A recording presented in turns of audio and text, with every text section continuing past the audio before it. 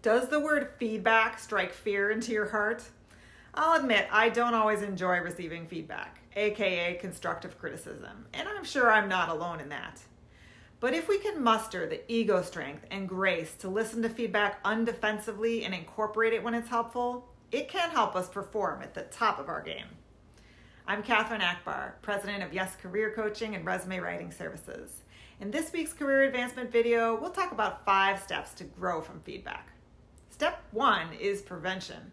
One of the few people whose feedback should be really important to you is your boss. Negative feedback from a boss, if not acted on, can be consequential for your career success. So what you want to do is minimize the likelihood of getting significant negative feedback from them. In order to accomplish that, you cannot wait for an annual review to find out what's happening inside their head.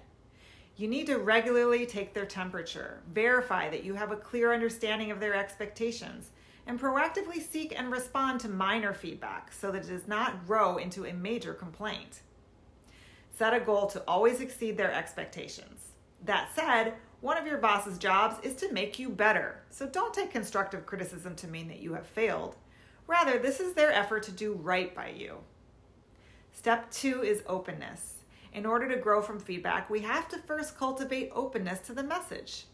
To be clear, the message is not that you are a terrible person, even if that is how the feedback sounds.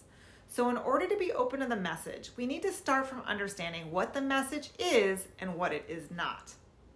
Let's start with what feedback does not mean. A recent piece of social media feedback to me began like this. I feel like this is one of the most tone-deaf replies I've ever seen on any social media platform, which is saying a lot.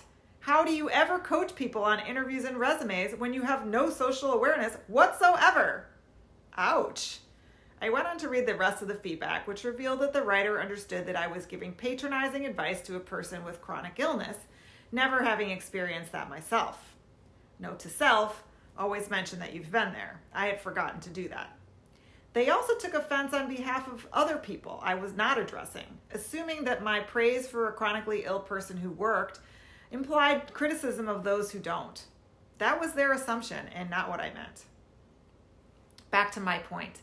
I'm going to assume that this was not, in fact, one of the most tone-deaf pieces of advice that person had ever read on social media. Why?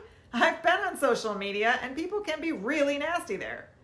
While my response may have lacked something, it definitely made an effort to be supportive and helpful. So to my point, the feedback indicated more that one person who read it was really triggered. The feedback did not mean that my response was unhelpful to the person for whom it was intended. Remember, feedback is as much about the person delivering it as the thing that triggered it. Repeat after me. Feedback is not about my value. Feedback is not about my value. It may be about your behavior, but do not let it make you feel fundamentally bad about yourself. At most, if you were me, you could feel that you failed to achieve your intended response with one reader in this instance. And here's one of my favorite pieces of wisdom. Repeat after me. Other people's opinion of me is none of my business. Other people's opinion of me is none of my business. Step 3 is gratitude. Thank the person for their feedback. Even if the feedback was delivered in a nasty way, as in the example I just mentioned, you still get an opportunity to benefit from it.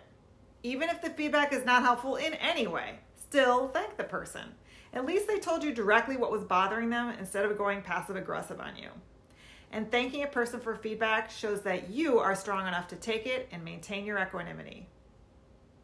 In my response to the above person, after thanking her, I went on to explain my intention and to say, maybe I failed, don't know. Showing this measure of humility is important. Indicating that I know I sometimes miss the mark helps the criticizer calm down and understand that they're dealing with another fallible human, not some tower of irksomeness that needs to be taken down with maximum force. Step 4 is learning. Learn what you can learn. Separate the hostility or clumsiness of the messenger from the value of the message. What can you learn from this? You don't have to learn anything, but why turn down a decent lesson just because the person delivering it has lousy social skills? What I learned in this case is that 1, providing anything other than what the person asked for directly is taking a risk, and 2, because I did not give the context that I too work with a chronic illness, my suggestions landed on one person in a different light than I intended. Step 5 is seeing the big picture. Remember that the more powerful you are, the more feedback you receive. Build your capacity to feel good and keep going in the face of feedback, and you will build your capacity to make a difference in the world. Try this approach and let me know below how far it goes to make feedback, if not your favorite thing, one of your most valuable forms of incoming communication.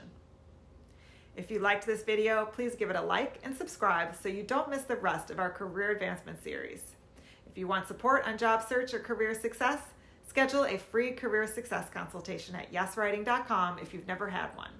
If you have had one, contact your client success manager about career advancement coaching.